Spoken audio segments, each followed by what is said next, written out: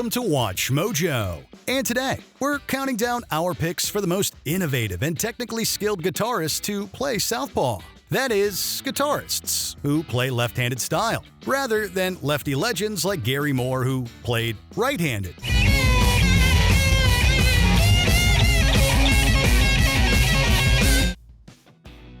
Number 10. Kurt Cobain, Nirvana. The accepted frontman of 90s alternative did accept that he was no virtuoso. Rather, Nirvana's Kurt Cobain was defiant down to how he used the guitar to enhance his intense creativity.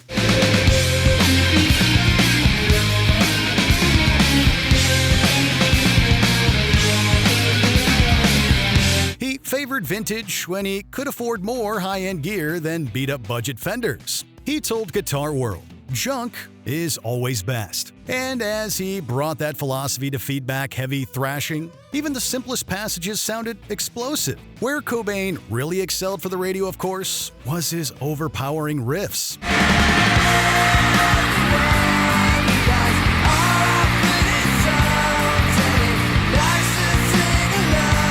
This was a far cry from the self-indulgent six-string gymnastics that grungers felt polluted the 80s. Cobain may not have been looking to impress, but the ingenuity and authenticity of his playing were essential to turning the most underground sound into the most mainstream. What else should I be? All apologies. Number 9. Elizabeth Cotten. Early American blues was more about songwriting innovation than instrumental. Then came Elizabeth Cotten to shatter the rules confining her gender, dexterity, and playing style.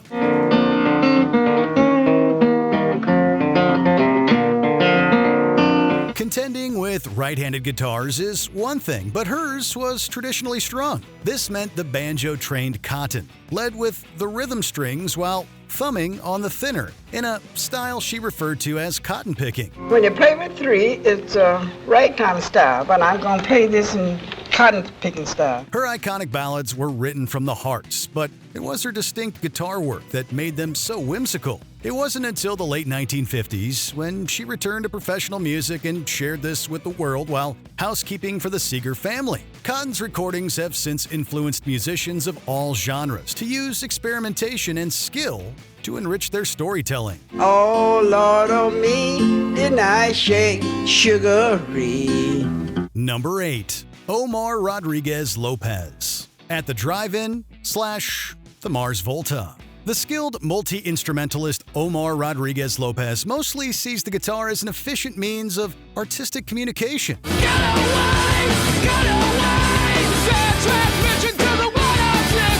He didn't really get into the instrument until after handing off his bass in At the Drive-In, but Rodriguez-Lopez proved to be more than just a dazzling player, incorporating jazz and Latin virtuosity into a modern alternative twist on 70s hard rock.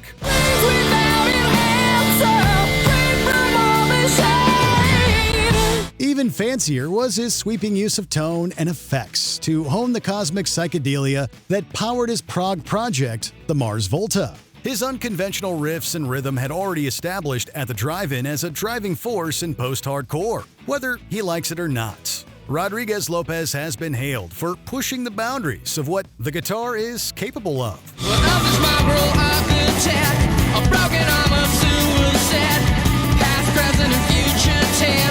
Number 7.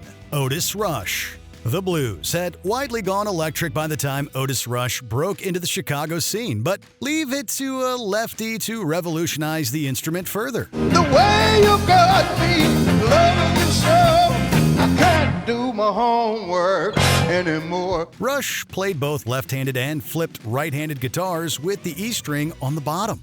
This created a distinctly bright tone to complement his passionate vocals. His solos, emotively long bends, and lively dissonant runs rounded out the West Side Chicago blues sound that enchanted listeners with musicianship as expressive as the songwriting.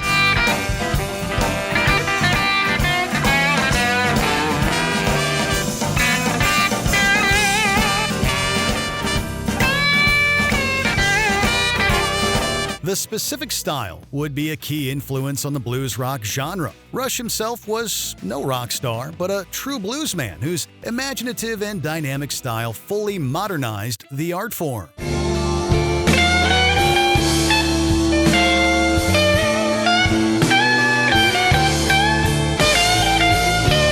Number 6. Eric Gales. Where many lefties sadly learned to play guitar right-handed, Eric Gales was actually the sole righty in a musical family.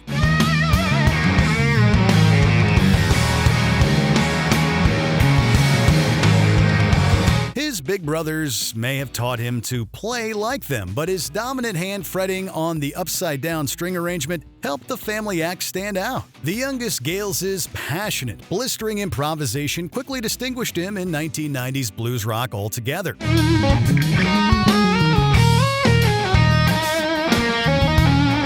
He was jamming with Carlos Santana before he turned 20. The prodigy has since consistently grabbed the spotlight as a prolific session and solo musician across many genres. With his high-energy, funky riffs and epic solos, the right-handed Gales knows how to slap original pieces and covers alike with his distinct left-hand brand.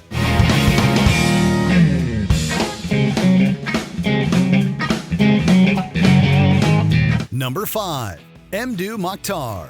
Growing up in rural Niger, Mdou Moctar received little encouragement in his love of electric guitar.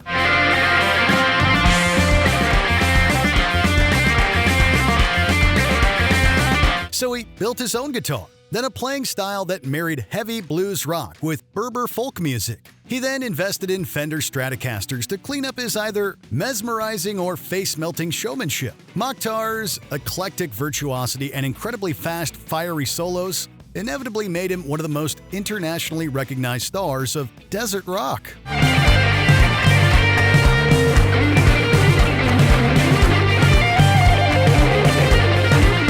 And he's embraced this ambassadorship to bridge the divide between Western pop culture and the Tuareg people. Moctar may have more than made up for the initial concerns about him potentially forsaking his culture, but no folk or guitar hero anywhere sounds quite like him.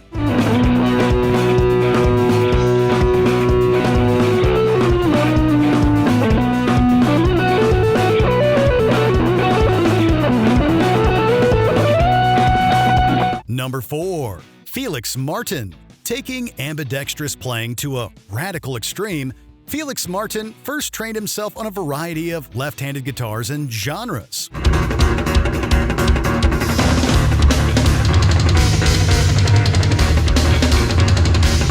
At age 13, he began modifying pairs of guitars to create a single instrument consisting of more than a dozen strings. Martin took his invention to Berklee School of Music to refine a unique two-hand tapping, slapping, and shredding technique at the center of Latin-infused progressive metal.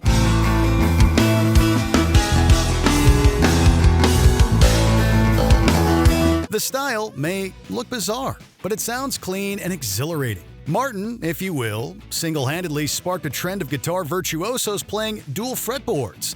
And yes, his own FM Guitars company makes right-handed models. But it would take a lot more than that to keep up with the mixed-handed master.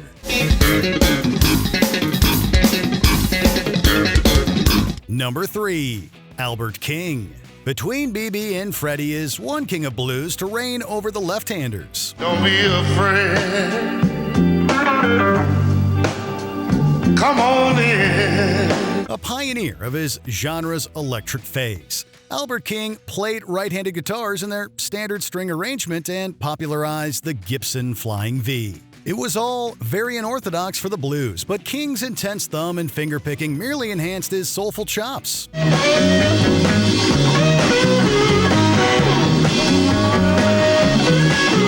When the imposing Velvet Bulldozer gave his silky voice a rest, his richly amplified guitar did the real wailing. His groovy hooks and sprawling solos crucially shaped modern blues, particularly as it began crossing over with rock. But King himself still stands tall as an icon of the guitar, regardless of how he wore and strung it. It hurt me so bad.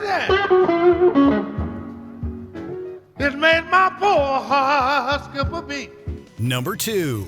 Tony Iommi. Black Sabbath / Heaven and Hell. 17-year-old aspiring rocker Tony Iommi was working in a factory in Birmingham, England when an accident severed 2 right fingertips. Make a joke and I will sigh and you will laugh and I will cry. Rather than learn to fret left-handed, he began wearing thimbles and playing flexible banjo strings and down tuning. Thus, the heavy metal guitar tone was born. But Iommi's inventiveness wasn't just out of necessity, as he led Black Sabbath's groundbreaking sound with powerful riffs and flashy solos.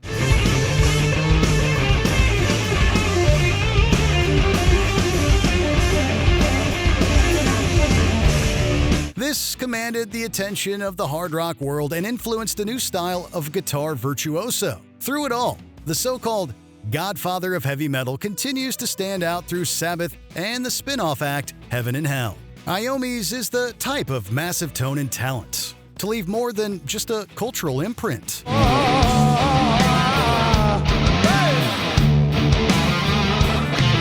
Before we unveil our top pick, here are a few honorable mentions. Rand Berkey, Atheist. The technical death metal pioneer's dynamic shredding isn't just confined to solos.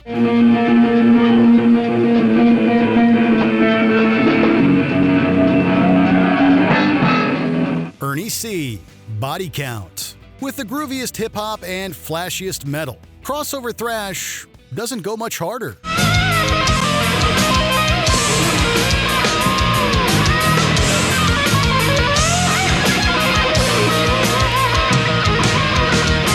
Toronzo Cannon, an explosive showman and the powerhouse epitome of modern Chicago blues. Here I stand, guitar in hand. Everybody knows a Chicago man. Dick Dale, the king of the surf guitar, used Eastern scales to fire up mainstream rock.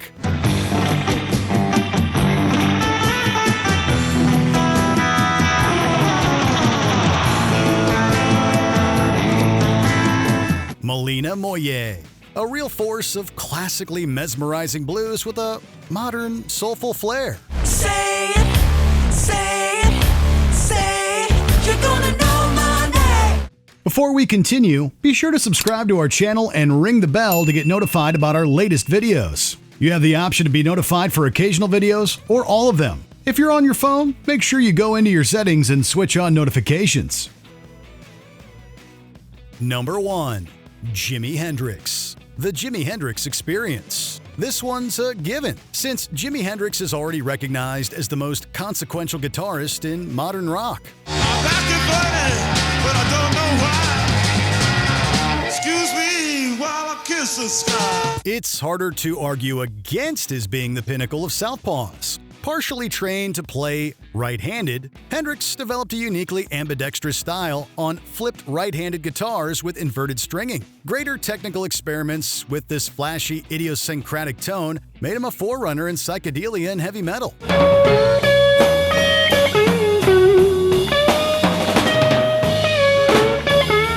Besides that, the Master Blues improvisationalist navigated his instrument with speed, power, and showmanship. Never mind countless unmistakable riffs. Though he tragically died at age 27, Hendrix's immense body of work is a permanent inspiration for great musicians. He's certainly a leading example of how the greatest artists, sometimes literally, come out of left field.